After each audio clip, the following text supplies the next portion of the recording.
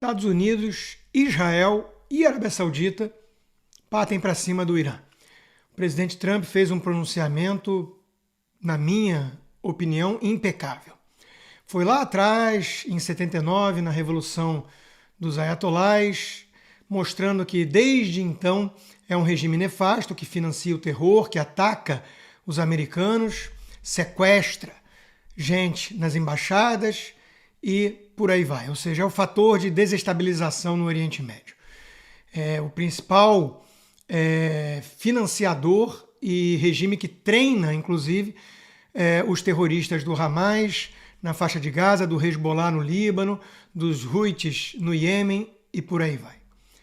Chega de deixar o Irã livre para perseguir o seu projeto nuclear. Trump várias vezes deixou claro, eles não terão armas nucleares. Há alguns meses, os Estados Unidos fez um ataque cirúrgico contra as facilities nucleares, né?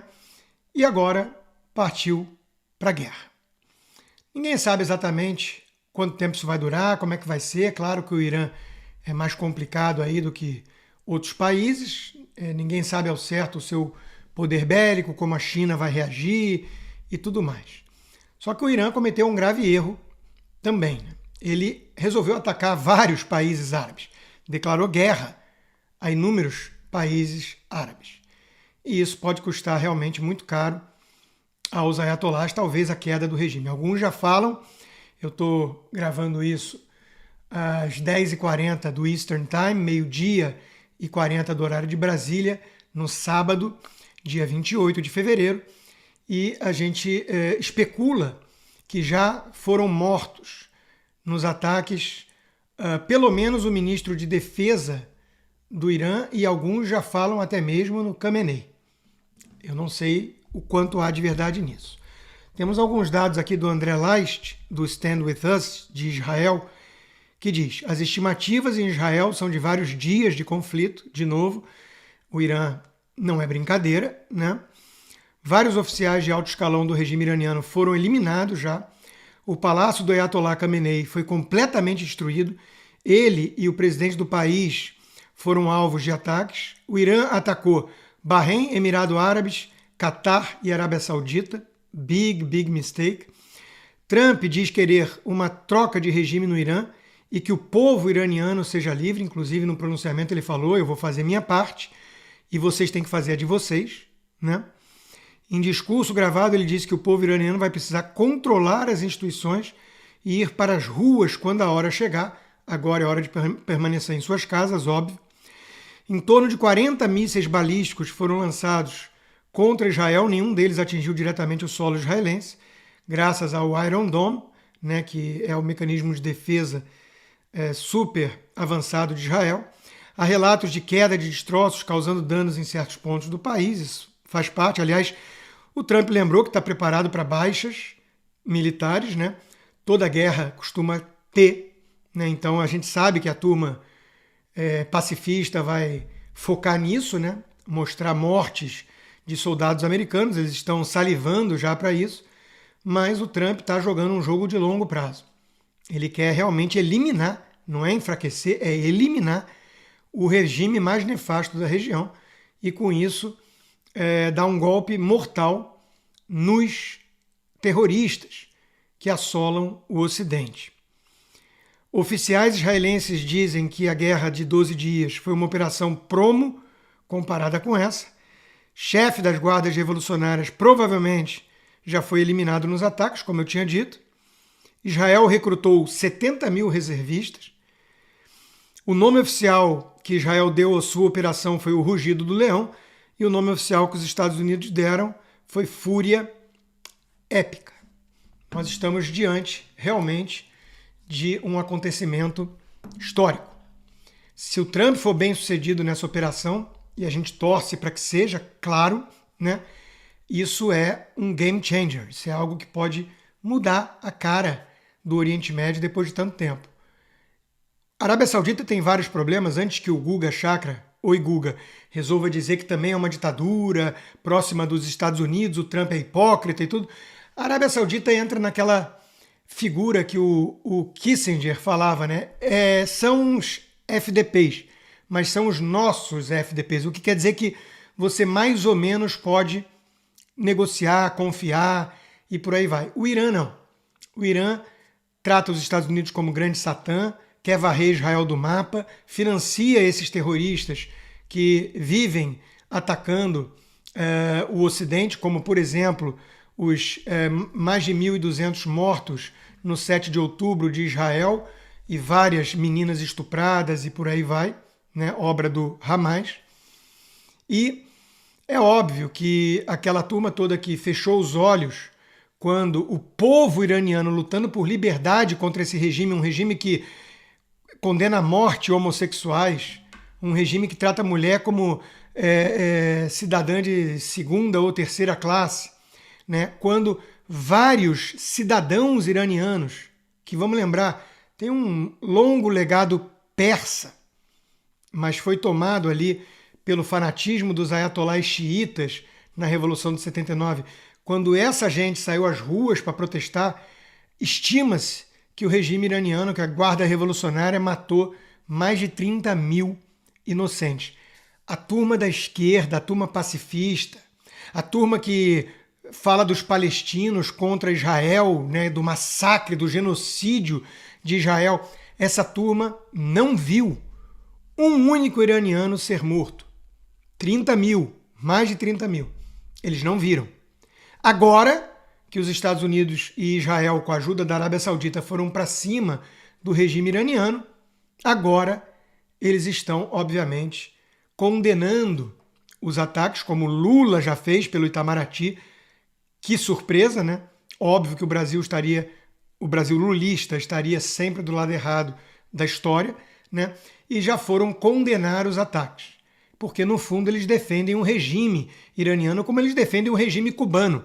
E eles nunca defendem o povo cubano que tenta protestar, mesmo sofrendo todo tipo de retaliação, prisões políticas, espancamento, assassinatos pelo regime, né? Então é algo abjeto de acompanhar, mas felizmente o Trump, agindo como um estadista, preocupado com o longo prazo, não com as próximas eleições, ele não está nem aí para esse tipo de crítica hipócrita. Ele está fazendo o que tem que ser feito, com a parceria de Israel, que tem uma preocupação evidente ali de sobrevivência, sempre deixou claro que não permitiria que o Irã tivesse uma bomba nuclear, por motivos um tanto óbvios, né? E contando também com o apoio da Arábia Saudita, porque, repito, o Irã não só é detestado na região toda, como atacou os países árabes, né? Então, a retaliação vai vir de todo lugar. A gente torce para que seja uma guerra relativamente rápida, para que tenha poucas baixas militares, praticamente nenhuma, se possível, mas é difícil, civil, e que isso leve, sim, a uma troca de regime. Que o povo iraniano consiga assumir as rédeas do seu próprio destino. Que possa eliminar, depois de décadas, esse regime tirânico, essa teocracia assassina. Que avançou, e isso é preciso apontar, graças à incompetência, inoperância ou até, no limite, cumplicidade dos governos democratas nos Estados Unidos, principalmente o de Barack Obama. Vamos lembrar que Barack Hussein Obama achou que era possível comprar o apoio do Irã, negociar mandando malas de dinheiro para os ayatolás e que eles iam abandonar o programa nuclear e investir em programas sociais. Claro que o Irã não fez isso. Claro que o Irã acabou acelerando seu programa nuclear, o que levou à decisão do Trump, há alguns meses, de fazer um ataque cirúrgico contra as bases nucleares iranianas. Então, Obama foi um frouxo nesse sentido, para dizer o mínimo. E isso permitiu com que o Irã avançasse, assim como em 2014, quando a Rússia tomou a Crimeia e o Obama nada fez. Isso, de certa forma, incentivou o Putin a continuar avançando na tentativa de retomar o território ucraniano inteiro, o que levou a essa guerra que dura 4 anos. Uma agressão russa contra a Ucrânia que queria se tornar mais ocidental. Infelizmente, a gente sabe que a turma da esquerda, né, sempre vai defender o eixo do mal. Eles estão do lado da Rússia, eles estão do lado da China, eles estão do lado do Irã. Agora, o que choca é que tem gente que se diz de direita, que se diz conservadora e também está desse lado, porque é antissemita, é anti-americana. É aquela turma estranha da pseudo-direita que odeia Reagan e Thatcher, mas que defende até o Hamas, que demoniza Israel, mas que dá um jeito de sair em defesa do Irã.